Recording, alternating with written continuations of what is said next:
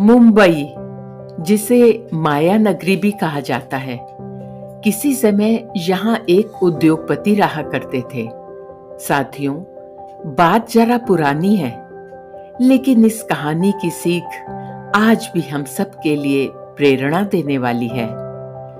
लाला गिरधारी लाल एक बड़े उद्योगपति थे और उनकी गिनती शहर के नामी गिरामी लोगों में होती थी। वे सदैव अपने व्यापारिक जोड़ तोड़ में ही उलझे रहते थे। यूं तो ईश्वर ने उन्हें सब कुछ दिया था, एक महल जैसा बंगला, सुशील और गुणवती पत्नी, संस्कारी संतान और बेशुमार धन दौलत। सब कुछ तो था उनके पास, लेकिन पता नहीं उन्हें ऐसी कौन सी परेशानी थी कि वे सदैव चिंतित और दुखी ही दिखाई देते थे। ऐसे ही एक दिन वो घूमते घूमते एक छोटे से गांव में जा पहुंचे, जहां उन्होंने देखा कि एक कुम्हार भगवान भोले बाबा के मंदिर के बाहर ही बरगद के पेड़ के नीचे मिट्टी के बने हुए तरह तरह के बर्तन बेच रहा था। और उस पेड़ पर एक तख्ती भी टंगी हुई थी, जिस पर लिखा हुआ था राम शंकर मटकी वाला। और उसने अपनी बनाई हुई कुछ मटकियों में पानी भी भर रखा था और वहीं पर बैठे हुए बड़ी मस्ती से हरि भजन गा रहा था। लाला गिरधारी लाल ने पहले तो मंदिर में जाकर भगवान भोले बाबा के दर्शन किए और फिर बाहर आकर कुम्हार के पास ही बैठ गए। तब कुम्हार ने भी बड़े आदर से उनसे पानी के लिए पूछा और उनके हाँ कहने पर उनको पानी तो पिलाया ही, साथ ही प्रसाद स्वरूप 2 लड्डू भी दिए। गिरधारी लाल कुम्हार के इस व्यवहार से बहुत प्रभावित हो गए और मन ही मन सोचने लगे कि ये कुछ मटकियों और मिट्टी के बर्तनों को बेचकर क्या ही कमा लेता होगा। यह गरीब जरूर है, लेकिन इसका हृदय तो बड़ा ही विशाल है। कुछ देर तक सोचते हुए उन्होंने कुम्हार से पूछा, क्यों भाई राम शंकर, क्या तुम मेरे साथ मुंबई नगरी चलना चाहोगे? वहां तुम्हारे रहने की व्यवस्था मैं स्वयं कर दूंगा। ऐसा लग रहा था कुम्हार से बात करते हुए इस समय भी वे किसी व्यापारिक जोड़ तोड़ में लगे हुए थे, या यूं कहिए कि किसी उधेड़ बुन में थे। तभी कुम्हार ने कहा, नगर चलकर मैं क्या करूंगा महाराज जी? अरे, वहां भी तुम तरह तरह के बर्तन और मटकियां बनाना और उन्हें बेचकर खूब धन कमाना।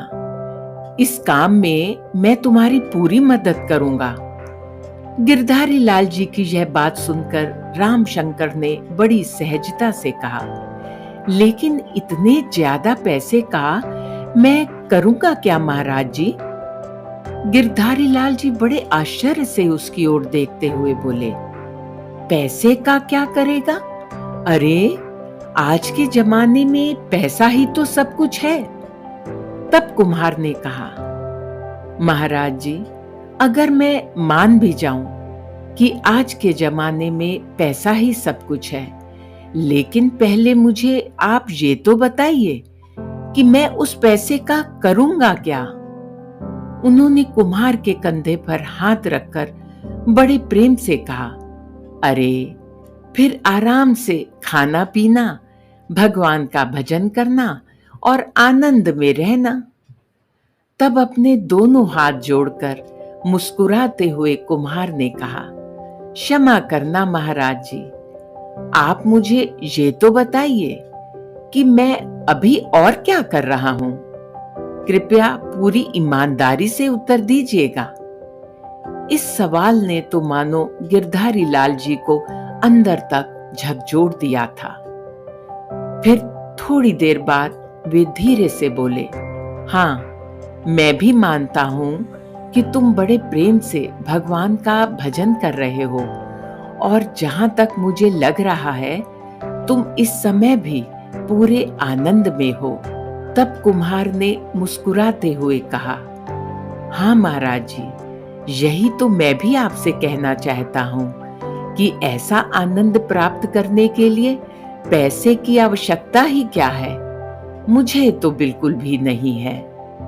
यह सुनते ही उन्होंने कहा, रामशंकर, कृपया करके तुम मुझे भी यह तो बताओ कि मुझे भी ऐसे आनंद की प्राप्ति कैसे हो सकती है। कुम्हार ने गंभीरता से कहा, आप मेरी बात जरा ध्यान से सुनिएगा और उस पर विचार भी करिएगा। अच्छा, जरा आप अपने हाथों को उल्टा तो कर लीजिए। गिरधारी लाल जी ने कहा, वो कैसे? आखिर तुम कहना क्या चाहते हो? कुम्हार ने कहा, महाराज जी, मेरे कहने का मतलब है कि देना सीखो, सिर्फ इकट्ठा करना नहीं। और यदि आपने देना सीख लिया तो समझ लेना आपने आनंद की राह पर कदम रख लिया। यानी कि स्वार्थ को त्यागो और परमार्थ को चुनो। महाराज जी, अधिकांशतः लोगों के दुख का सबसे बड़ा कारण यही होता है कि जो कुछ भी उनके पास है वो उसमें सुखी नहीं है, और बस जो नहीं है उसे पाने के चक्कर में सदैव दुखी ही रहते हैं। अरे भाई, जो है उसमें खुश रहना सीख लो, तब देखना दुख अपने आप चले जाएंगे। यद्यपि गिरधारी लाल जी भी यह सब बातें अक्सर सुनते भी थे और जानते भी थे, लेकिन इन बातों को उन्होंने अपने जीवन में कभी भी अपनाया नहीं था।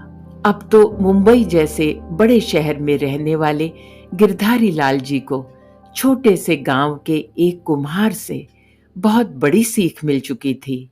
इस समय वे बड़े आनंदित दिखाई दे रहे थे और उनके चेहरे पर भी असीम संतोष झलक रहा था। साथियों, आत्मसंतोष से बड़ा कोई सुख नहीं, और जिसके पास संतोष रूपी धन है, सही मायने में आज भी वही सबसे ज्यादा सुखी है और बड़े आनंद में भी है। आशा है ये शिक्षाप्रद कहानी आपको पसंद आई होगी। इस कहानी पर आपकी क्या राय है, हमें कमेंट बॉक्स में लिखकर जरूर बताएं। कहानी पसंद आई हो तो लाइक करना बिल्कुल भी ना भूलें। अगर आप इस चैनल पर नए हैं तो इसे सब्सक्राइब भी अवश्य ही करिए। कहानी सुनने के लिए आपका धन्यवाद। स्वस्थ रहिए, व्यस्त रहिए और हमेशा मुस्कुराते रहिए।